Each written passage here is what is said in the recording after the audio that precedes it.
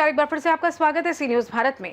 खबर राजनांदगांव से है, जहां श्रमिक कल्याण योजनाओं की पारदर्शिता और विश्वसनीयता को करारा झटका देते हुए डोंगरगांव क्षेत्र से लगे ग्राम आंतरगांव में श्रम कार्ड पंजीयन से जुड़ा एक सुनियोजित और गंभीर फर्जीवाड़ा उजागर हुआ है।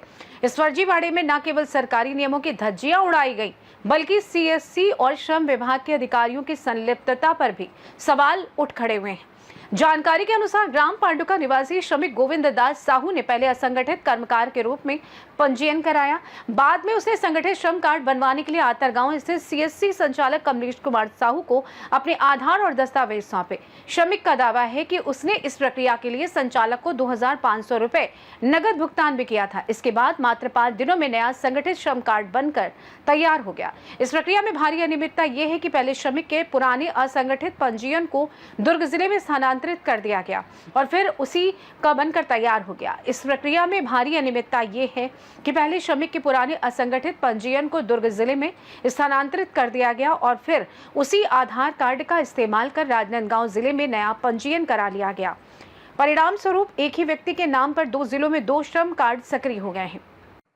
आज आपके चैनल के माध्यम से मेरे संज्ञान में आया है ये चीज, और क्योंकि जहां तक ये है कि एक आधार कार्ड से 2 कार्ड नहीं बन सकता ऐसा है, लेकिन यदि सॉफ्टवेयर में टेक्निकल इशू या किसी प्रकार की कोई गड़बड़ी है तो निश्चित रूप से जांच करा कर नियमानुसार कार्रवाई करें।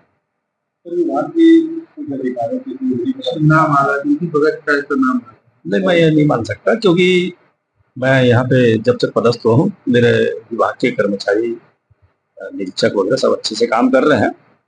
लेकिन निश्चित रूप से यदि किसी सीएससी कॉमन सर्विस सेंटर संचालक द्वारा कोई गड़बड़ी की जाती है और जांच में तो सत्यता पाई जाती है तो नियमानुसार जो भी कार्रवाई वो की जाएगी।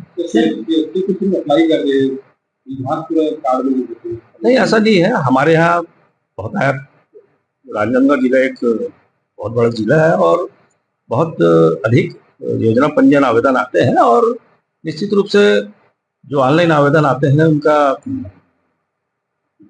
पात्रतानुसार वेरिफिकेशन निरीक्षक द्वारा, हर निरीक्षक को एक क्षेत्र दिया गया है, पात्रता निरीक्षक द्वारा वेरिफिकेशन किया जाता है।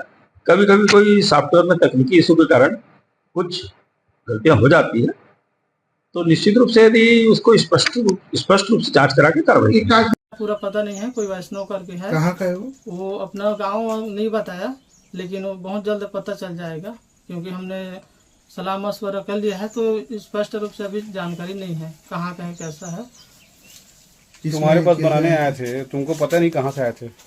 कौन चीज? कौन? जब वो बनाने आए थे तो आप उसका आधार कार्ड तो देखे होंगे ना कि कहाँ का है, क्या है? हाँ, वो हितग्राही का पता है। उन्होंने बोला था कि श्रमिक कार्ड बनाना है, तो मैं बोला उसके पास मेरे पास तो नहीं बनता, क्योंकि मेरे सीएससी आईडी में अभी तक किसी भी प्रकार का श्रमिक कार्ड या फर्जीवाड़े से संबंधित कोई नहीं है। उन्होंने बोला था उठा के भेज दो ऐसे करके, तो मैंने व्हाट्सएप के माध्यम से किसी दूसरे को भेजा था। अब उन्होंने क्या किया था, किसको भेजे थे व्हाट्सएप? उसका मेरे को पता नहीं। भेजे थे? सामने जो ऑपरेटर रहते हैं किसको? दीपचंद साहू को। क्या करता है वो? ये सीएससी काम करता है, कहाँ पर चलाता है। अब उसका पता नहीं है, राजनांदगांव बस इतना जानता हूँ। आप किसी को किसी का डॉक्यूमेंट भेज रहे हैं, आपको एड्रेस पता नहीं उसका? नहीं, गांव पता भाई, राजनांदगांव ऑफिस में बैठता है तो वहीं का पता रहेगा ना। तो आपको पता नहीं है? नहीं, गांव मेरे को पता नहीं। अनजान सीएससी वाले को आप दे सकते हो? नहीं, मैं उनसे कभी मिला नहीं था, 1-2 बार बस मिला हूँ। वही बोल रहा हूँ, आप 1-2 बार मिले हो। राजनांदगांव से सी न्यूज संवाददाता तुलसी गौतम की रिपोर्ट। विशेष सूत्रों से मिली जानकारी के अनुसार विभागीय संरक्षण में हो रहा योजना का दुरुपयोग, ये मामला केवल एक व्यक्ति के साथ धोखाधड़ी का नहीं, बल्कि सार्वजनिक योजनाओं की साख और गरीब श्रमिकों के अधिकारों पर बड़ा हमला है। इससे ये स्पष्ट होता है कि सीएससी और ग्रामीण कियोस्क की आड़ में कुछ संचालक योजनाओं का दुरुपयोग कर रहे हैं और विभागीय अधिकारी भी या तो लापरवाह हैं या मिलीभगत में शामिल हैं। इस घटना ने श्रम विभाग की कार्य प्रणाली, प्रक्रियागत पारदर्शिता और जवाबदेही पर गंभीर प्रश्न खड़े कर दिए हैं। डोंगरगांव का ये मामला केवल एक उदाहरण नहीं, बल्कि व्यवस्था में गहरे बैठे भ्रष्ट तंत्र की बानगी है। अगर समय रहते ऐसे मामलों की निष्पक्ष जांच और कठोर कार्रवाई नहीं हुई तो ये फर्जीवाड़े सैकड़ों हजारों जरूरतमंद श्रमिकों को योजनाओं से वंचित कर देंगे और भरोसे की इस पूरी प्रणाली को खोखला बना देंगे। फिलहाल के लिए इस खास रिपोर्ट में बस इतना ही। देश दुनिया की तमाम बड़ी खबरों को जानने के लिए जुड़े रहिए सी न्यूज भारत के साथ। हर खबर आपके साथ, आपके हाथ।